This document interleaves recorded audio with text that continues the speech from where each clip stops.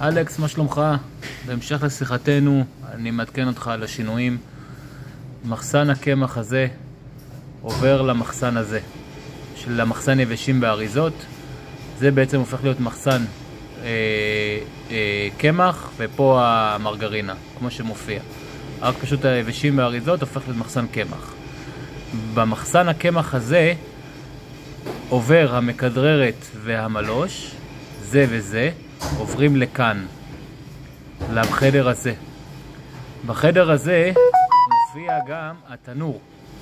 התנור הזה עובר בצורת חטא, יש לי 7 תנורים, עובר לפה, ככה וככה. הם נמצאים פה במהלך השבוע, הם לא מפריעים, הם על גלגלים, אז 7 תנורים נמצאים כאן בצורת רייש. בחדר הזה שיוצא מפה המלוש והמכדררת זה אולם עבודה. נשאר אולם עבודה ריק עם שולחנות, 2 שולחנות יש פה. בנוגע לפה, כל זה, יש פה מקפיא ג'חנונים, רשום אופציה לחדר הקפאה.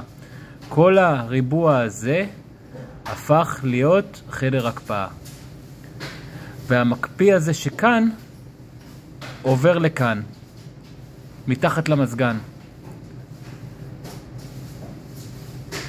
עד לכאן זה השינויים. פה הכנסתי פה מדיח, אפשר להוסיף לפה מדיח ביחד עם השטיפת כלי עבודה. כאן מופיע מדיח.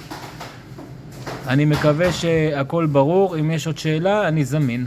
תודה אלכס.